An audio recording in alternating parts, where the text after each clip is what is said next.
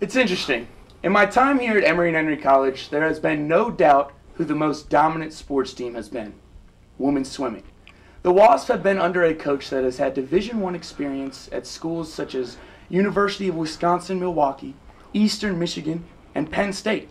Not to mention he set 3 different school records and was a 7-time Western Athletic Conference championship when he swam at the University of New Mexico. Not only has he coached NCAA Division I swimmers who have qualified for nationals, but he has coached a total of 34 Olympic trial qualifiers as well. His most recent successes have come on the campus of Emory and Henry College. He is responsible for the start of the Emory and Henry women's swim team that has been so dominant during my time here as a Wasp. The team, which began in 2012-2013, has been ranked nationally and finished second in the ODAC conference meet a number of times. This year, in addition to team success, Dave Griffor got to send Emory and Henry's first swimmer to nationals. Michaela Nolte competed in nationals just last week.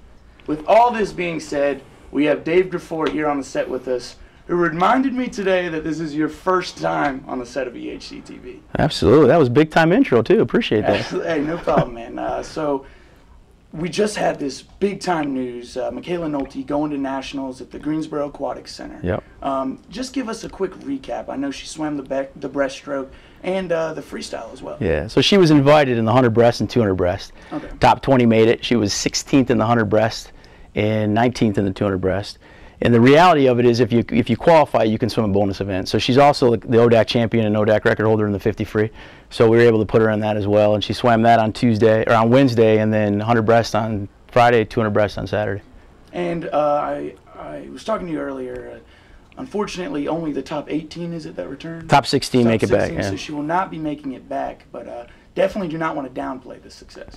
No, so the way it works, they have a prelim swim, and if you qualify top 8, you make championship finals. If you're 9th through 16th, you're in consolation finals. She ended up 17th in the 200 breast, missed it by 1/10 of a second, and she was 18th in the 100 breast, so missed it by 2 spots. But yeah, you can't downplay this. You know, obviously, anytime you're the first kid to ever make the national meet.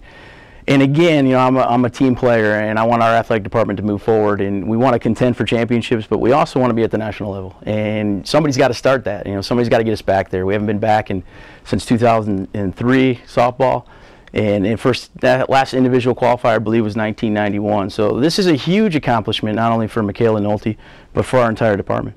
Okay, and obviously, you know, I just read out your resume aloud. It's very established. But Michaela Nolte, you know, she's an athletic training major, a very hard major. She has a 3.94 GPA. She's the ODAC Swimmer of the Year. Obviously, she's established as well. How much of this success is your coaching, and how much of it is just Michaela Nolte's desire to win? Oh, yeah. Let's not downplay Michaela Nolte. She's special. You can't get to the national level at any level unless you're special. And, you know, we found her. We were lucky to find her. College coaching is college recruiting. So that's where it's got to start. We got to get a kid, and I don't want to downplay Michaela Nolte, but it's a partnership. You know, we obviously got to work together. She's got to believe in what we do. I have a philosophy that we're going to run this like big time. So, you know, I'm going to coach her just like I'm going to coach my kids at Penn State or Milwaukee or any other Division I institution. And so they got to believe in it, and then they got to do it. So I'm not going to take credit for Michaela Nolte's fast swimming. You know, I'm going to let Michaela Nolte take credit for that and her teammates, because not many people are going to dive in the pool at 6 a.m. And we got a team full that do that, and they have to work together and push Michaela Nolte. I can give them the things they need to be successful, but they're the ones that have to go through that door, and they got to step it up and commit. And let's give the credit to where it's due, and that's Michaela Nolte. She's special. You know, athletic training is a hard major. We got to work around that. We got to work around when she's, you know, working for soccer in the fall. She's juggling, you know, and she's finding time to make that commitment. And because of that, she's a national level swimmer. And I read an interesting article in the Bristol Herald Courier talking about when you first met Michaela Nolte. You know, it was in the Dean Dome over at Chapel Hill. Yeah. You were an admissions counselor. Yeah. What was your spiel to her? How did you get her here? Well, fortunately, it was right when I was starting the program, and so I was coming over. I still was in the admissions department on the recruiting trail. North Carolina was my territory, and so I knew I was going to be starting this program in December officially.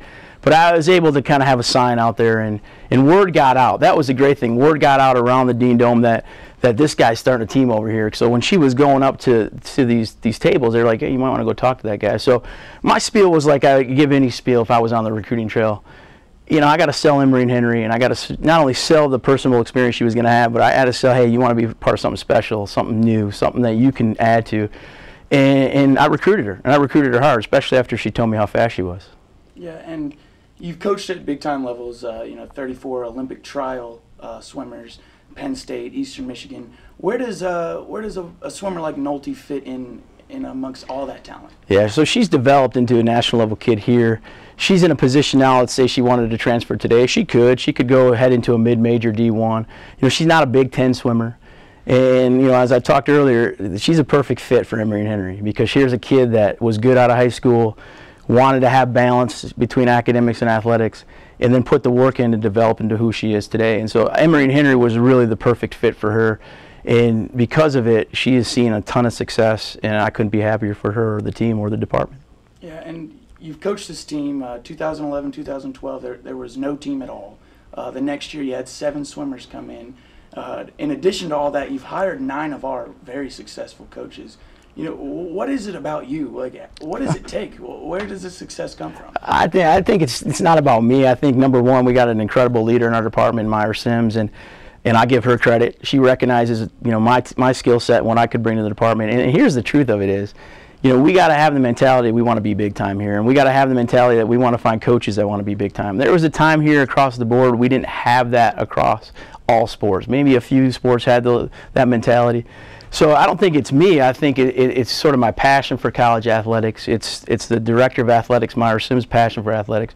And then you get lucky. Let's be honest. You got to get lucky, and we've gotten lucky with some of our hires. And if you just look at this past winter season, I mean, we killed it. You know, basketballs and swimming, I mean, put us right where we need to be. And I'm excited to see where this department goes, because it's come a long way. And I remember when I first came over, it's a different place. It's a different vibe. And even the student athletes that we're dealing with, it's a different vibe.